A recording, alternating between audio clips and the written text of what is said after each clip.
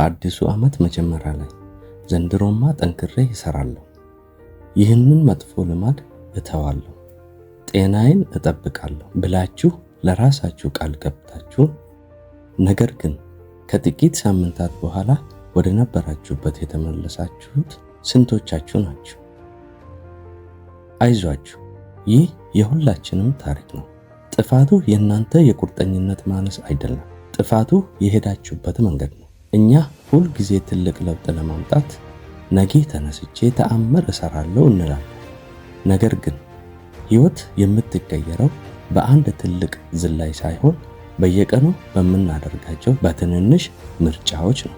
ዛሬ በስማርት ቼንጅ ጉዞ ቻናላችን በዓለም ላይ በሚሊዮን የሚቆጠሩ ሰዎችን ህይወት የቀየረውን የጄምስ ክሊር አቶሚክ ሃቢትስ የተሰኘውን መጽሐፍ ምስጢር ከሀገራችን ማህበራዊ ህይወት ጋር አዋሂደን ይዘንላችሁ ቀርበናል። ይህ ቪዲዮ ህይወታችሁን በምርጥ ስልት የምትቀይሩበትን የ1% ቀመር በተግባር ያሳያችኋል። እስከ መጨረሻ ከተከታተላችሁ ትልልቅ ግቦቻችሁን በቀላሉ የምታሳኩበትን መንገድ ታገኛላችሁ። እንኳን ወደ ስማርት ቼንጅ ጉዞ ቻናል በሰላም መጣችሁ።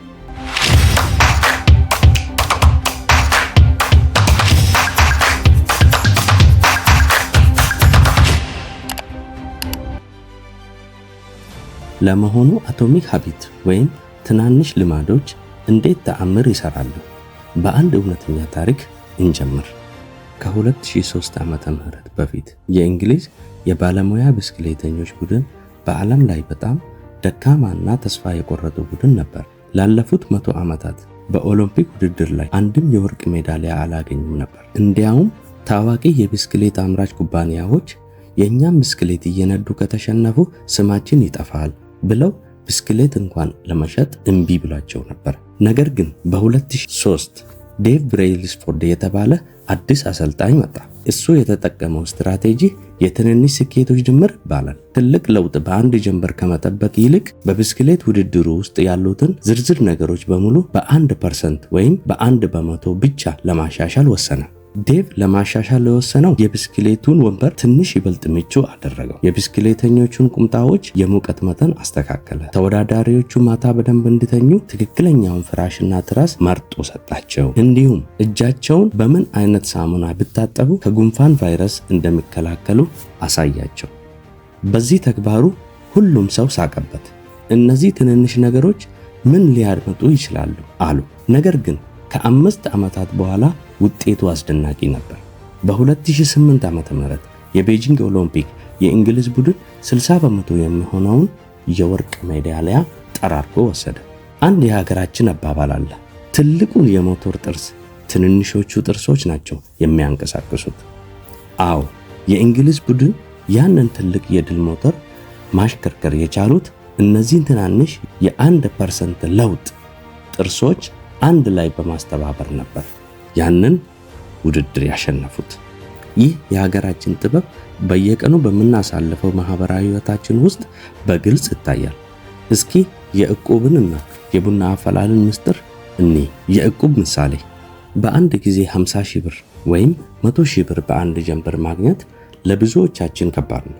ነገር ግን ማህበረሰባችን ምን ያደርጋል? በየሳምንቱ ወይም በየወሩ ትንንሽ የምትባለውን ሳንቲም እየጣለ እቁብ ይጥላል። ያቺ በየቀኑ የምትጣል ትንሿ ሳንቲም ልክ እንደ ሞተሩ ትንሽ ጥርሶች ተከማችታ በአመቱ መጨረሻ ትልቅ ቤት የምንሰራበት ወይም ንግድ የምንጀምርበት ትልቅ ካፒታል ትሆናለች።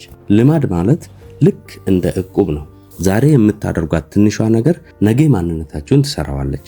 የቡና አፈላል ምሳሌንም እንየው።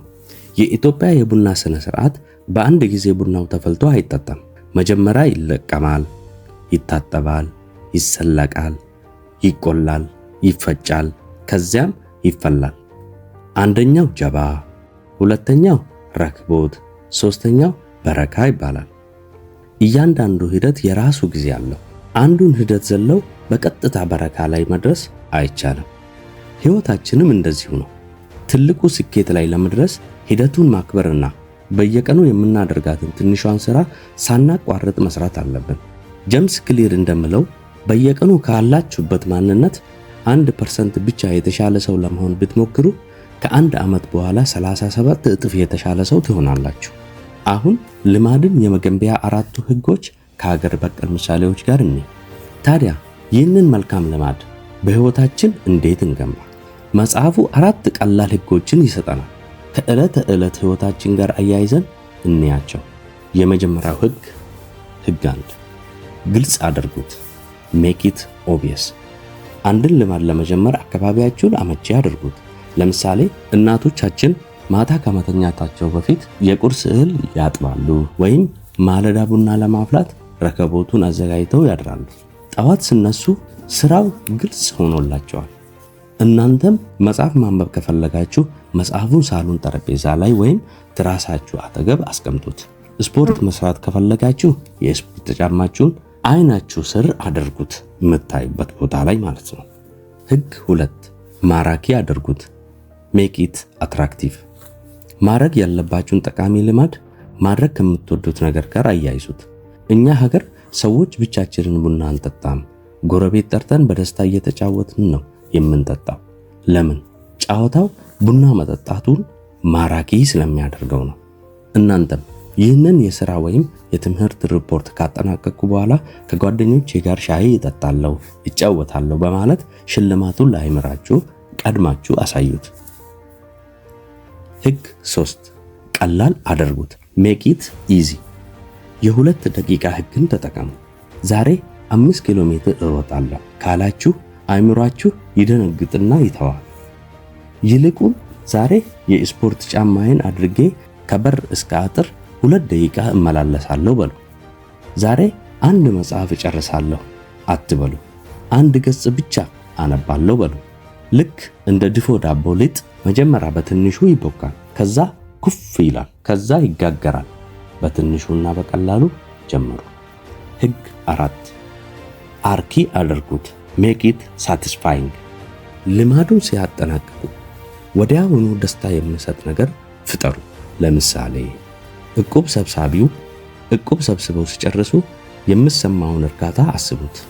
እናንተም በየቀኑ ያቀዳችሁትን ትንንሿን ስራ ስትጨርሱ ካላንደር ላይ የራይት ምልክት አድርጉ። ያንን ምልክት ማየት በአይምሯችሁ ውስጥ የዶፓሚን ወይም የደስታ ሆርሞን እንዲነቃቃ ያደርጋል። ነገም ያንኑ ስራ ለመስራት ትጓጓላችሁ። ታዲያ ውድ ተመልካቾች የቪዲዮአችን ዋና መልእክት ይህ ነው።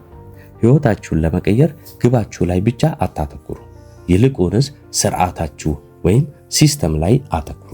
ሀብታም መሆን የምንችለው በምናስቀምጠው ትልቅ ምኞት ሳይሆን በየቀኑ በምናደርጋት ትንሿ የገንዘብ አያያዝ ልማድ ነው።